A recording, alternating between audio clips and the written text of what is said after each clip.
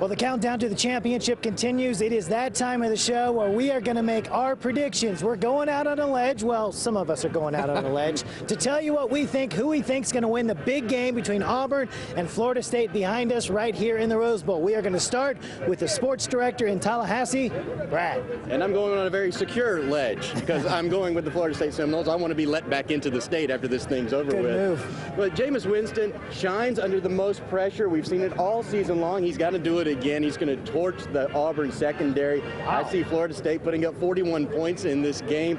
41-27 is what I'm going with. Florida State brings home the crystal ball for the third time in school history. Yeah, I'm going to be the one that might not be let back in the state of Alabama, but we'll see. I would love to see Auburn win. I'm rooting for him, want to see him win, but it's going to be so tough.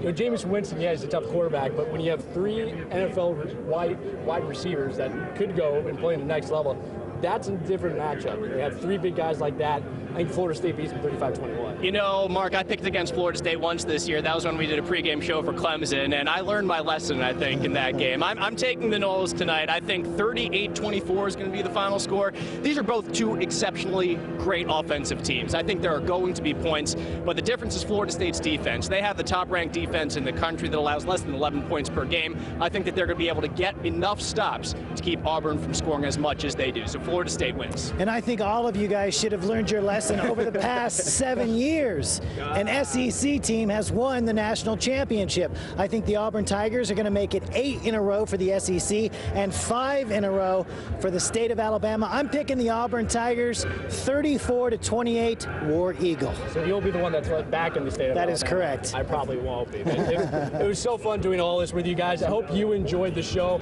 For TW, for Brad, for Dave, I'm Mark. It's so great to have you along with us. Countdown to the championship. Enjoy the game, everyone.